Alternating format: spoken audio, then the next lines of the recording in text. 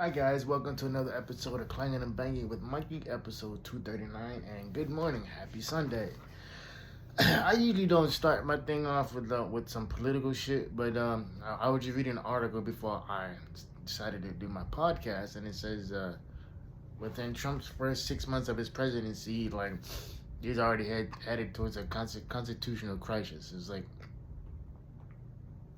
yeah, it's not hard to see why. It's not hard to figure out. Yeah.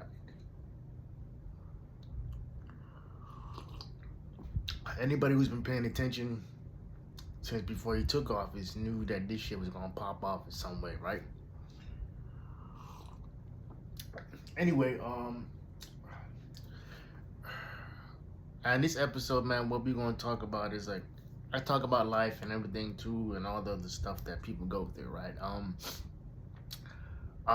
It's imperative that people understand that what you're going through, it's not the end, man. It's for some people it may be the beginning, it may be the middle, but it's not the end, right?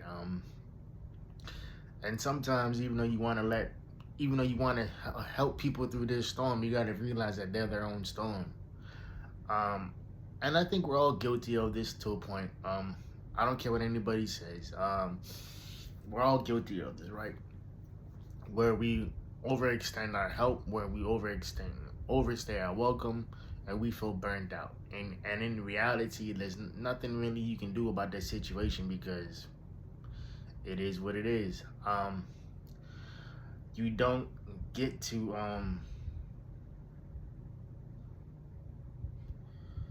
where you're, where burnout is a badge of honor. You like being stressed out, being thought of as an afterthought. That's the worst thing you can do to somebody. I don't care if your friendships. I don't care I don't care if it's a friend or boyfriend, girlfriend, whatever it is. It's like when you treat somebody like an option. It's like, bro. It's like it's felt. Like it doesn't, like nothing has to be said, right? Because your actions always speak louder than the words will ever will. I'm a firm believer in that too. I believe in actions because actions never lie. People do every day though, for a plethora of different reasons. Now, I'm not saying that everybody that you meet is gonna lie to your face, is gonna do X, Y, and Z. Some people just they ghost you for whatever reason, right? And it sucks. And you got just like you're like, yo, like I thought we had something going on, boom, boom, boom, boom, boom, and the reality is like, you know,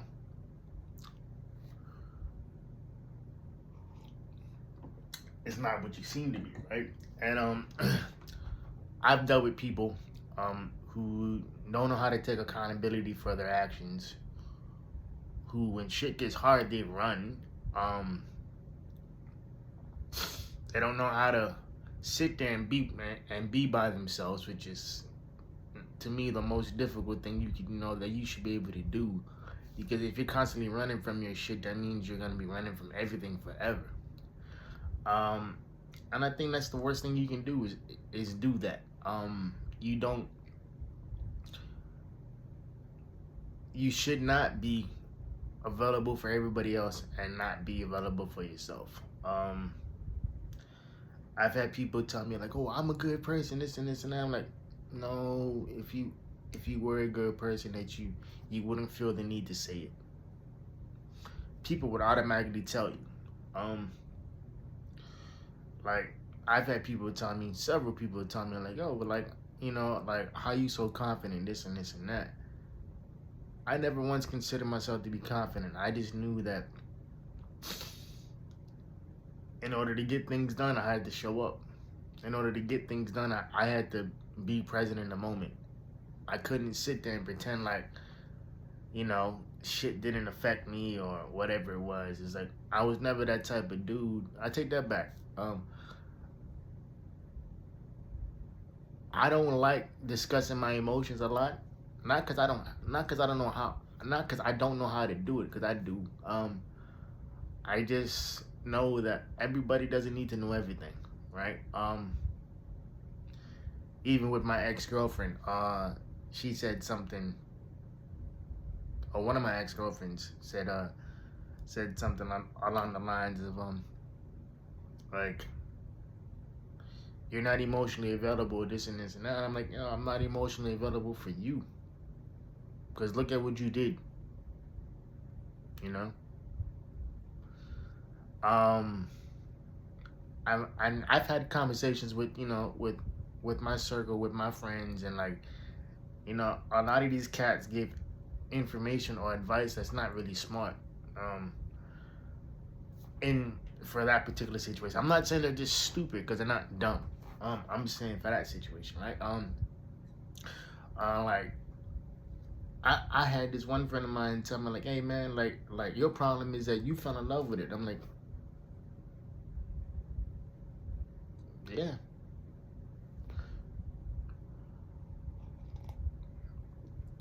yeah, and there's nothing wrong with that, you know. There's nothing wrong with falling in love. There's nothing wrong with being emotionally available and vulnerable. There's nothing wrong with any of that. Um, what's wrong about that is people make it seem like you're weak for doing that, and you're not. You know, if anything, it's the opposite of being weak.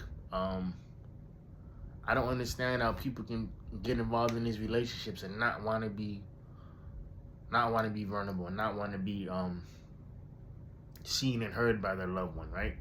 You know, and a partly of it too is like you have to learn to give people space.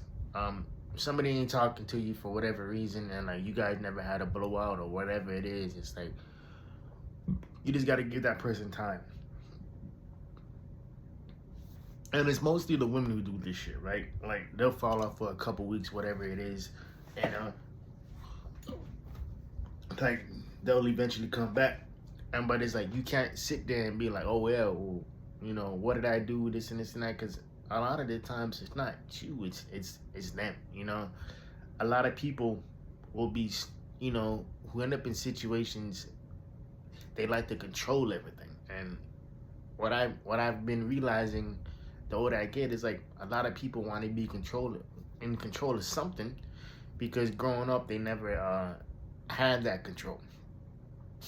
I was watching this old clip when Trip Fontaine used to be on with Tonight's Conversation, and he was talking about the inner child and everything too, and it made sense. And because what he was saying was true. He's like, okay, your mother, your father, your girlfriend, your wife, they can't go back and parent that inner child. They can't go back and parent what happened to you, right? I remember vividly, I was about 8 years old, and me and my brother, God bless the dead, rest his soul, miss you, bro. Our parents had gotten into this huge fight. And I remember it was raining all day. And we were supposed to go to soccer practice. And the good thing about soccer practice, it was because it was indoors, and so we could still go to soccer practice. So we're dressed, ready to go. And we didn't go. I just remember my mom driving for hours and hours and hours, right? Get home back to the crib like 3 hours later. Because mind you, practice was like at 1, so we left like at 12:30. I get back. Our living room, kitchen, dining room table was flipped over.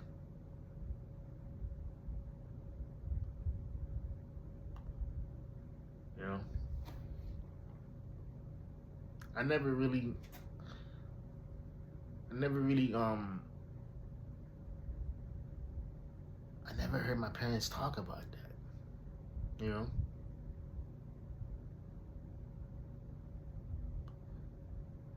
Till it, up until my dad died, I never heard my parents talk about it.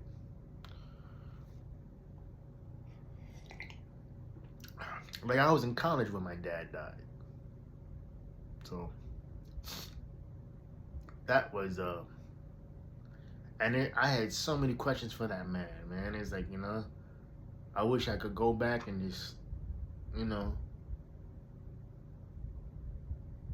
go back to that night where he told me, hey, just come straight home from work. And I ended up coming home like 2 hours later, thinking I had time, you know?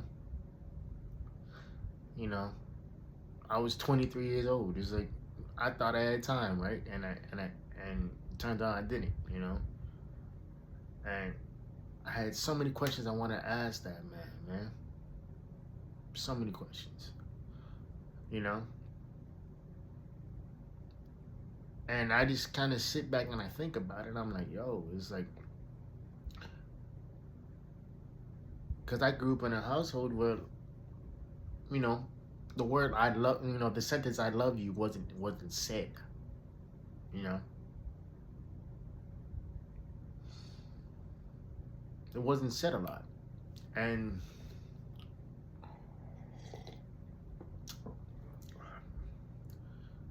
seeing my dining room coffee table, my dining room table flipped over on his face, I remember walking into my kitchen and I'm like, I stopped dead in my tracks. And I looked at my dad and I asked him, mind you, I'm 8 years old, I asked him, Pops, why is the dining room table upside down? And I don't remember his answer.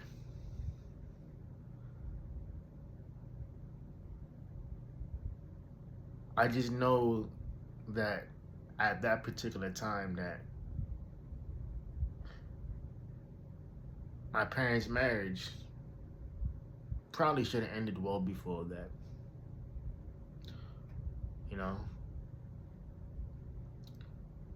My parents' marriage probably shouldn't have made it that far.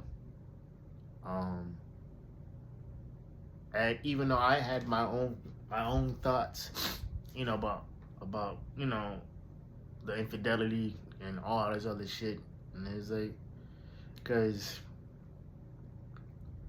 like father, like son, I'm not saying that I've been a cheater, because I've never cheated, but I have, sweet talk my way into certain situations where, yeah. But there's always that one girl that steals your heart, and she knows who she is. But yeah, man, it's like that was a turning point in my life. I'm like, I know something's not right. I don't really remember post elementary school, post middle school, us eating together as a family. I remember when the report cards came out, I got my ass whooped. I wasn't really the best student. So there's that. And it's like, it took me a long time to unlearn a lot of that. It took me a long time to be okay with not being okay. And I told my girl this, was like, yo, it's like, I didn't know what a healthy relationship looked like until I moved out my parents' house. Until I moved to another state. Like, physical affection, wasn't really shown in my house, man. I remember my mom would go and go off and kiss my dad, and like he would scoff at that. Like, I remember there was a few times where we'd be out in public and my mom would literally grab her husband's hand, and he would look at me like like with this weird look, like, what the fuck.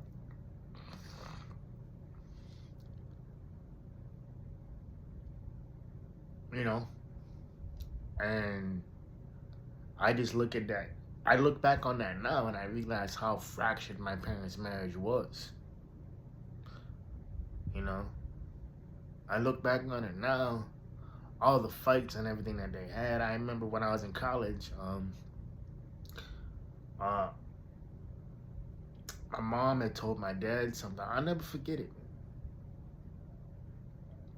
And they got into another verbal argument. And my mom said like we don't talk, and she happens just to be washing the dishes. And my dad said something, and she broke the fucking dishes in the sink because she slammed them shits. So she broke like I think 2 or 3 dishes or something. And I remember looking at my dad, and I remember he was going somewhere.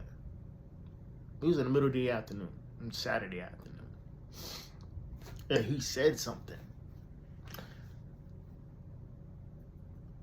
And what he said was like, man, yeah, you know, you saw that, right? And I was like, yeah, I saw that. And I was like, yo, like, that was a wife reaching out to her husband, and her husband wasn't available. Mind you, I'm 20, 21 at the time. You know? So, and my dad just looked at me. He ain't say nothing, but he just looked at me.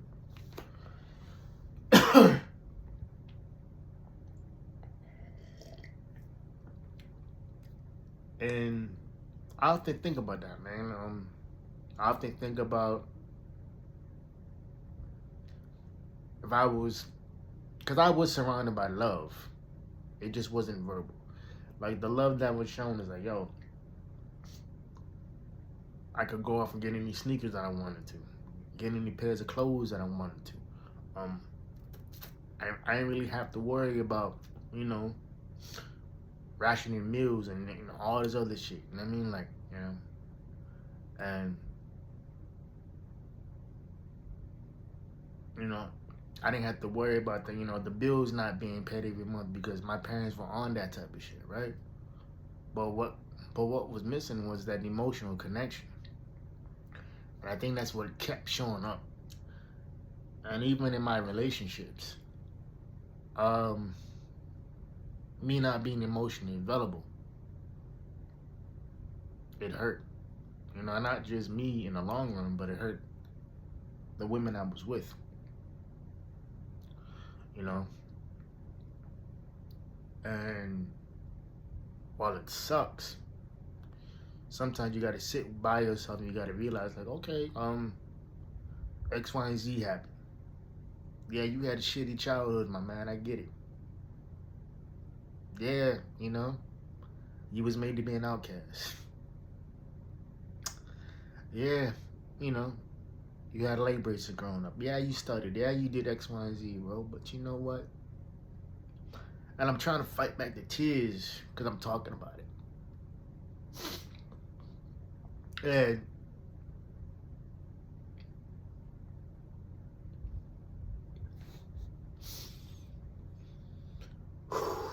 And what hurts the most is that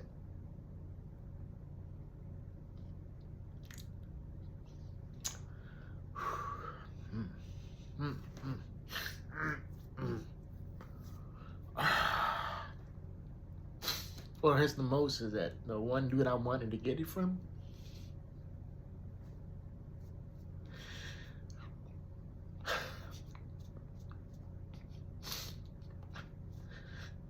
I never got it from.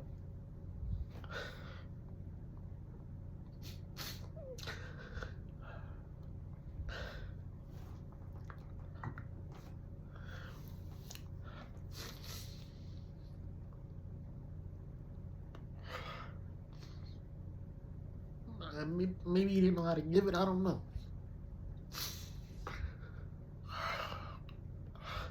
But what I do know is that it's my job to parent, you know, this inner child. It's my job to make sure that I'm okay. Oh, man. Oh, shit. I ain't crying of that in a minute. And the older I get, the more I realize it.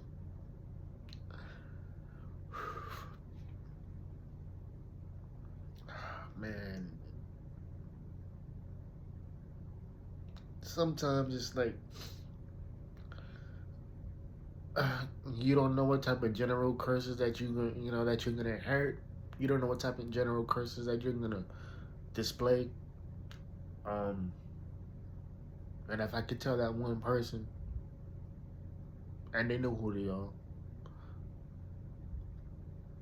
um, I'm sorry if everything that happened between us.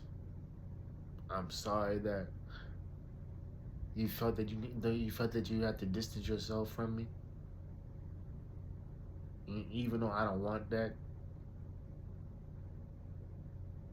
I get it, because you were tired of dealing with somebody who was emotionally available,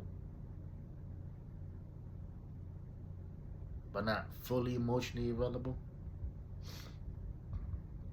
Now, I can sit here and blame it on my parents, blame it on my upbringing, blame it on a plethora of different things, but in reality, what it comes down to is me and my inability to be available for myself 100% of the time.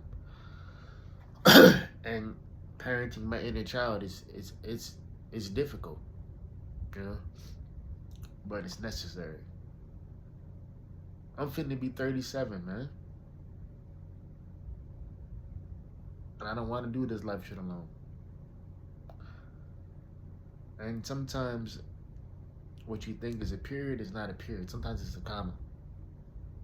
It's a break. It's a breath. It's, with everything going on. So give people space and give them the opportunity to discover who they are. And if they spend a block on you, great. Have that conversation. And if they don't, always remember the memories, the good times. Reflect on the bad times and try to get better. Because in reality, focusing on the stuff that you did wrong actually makes you become a better individual. Alright, y'all, this is about 23 minutes of your life that y'all won't get back. Hope y'all keeping the 4Ps. Private player, positive pushing. I'll see y'all next week, Sunday. I love y'all. And like I always say, know your worth because you're better than what you are. Alright, y'all. Peace. Have a great Sunday.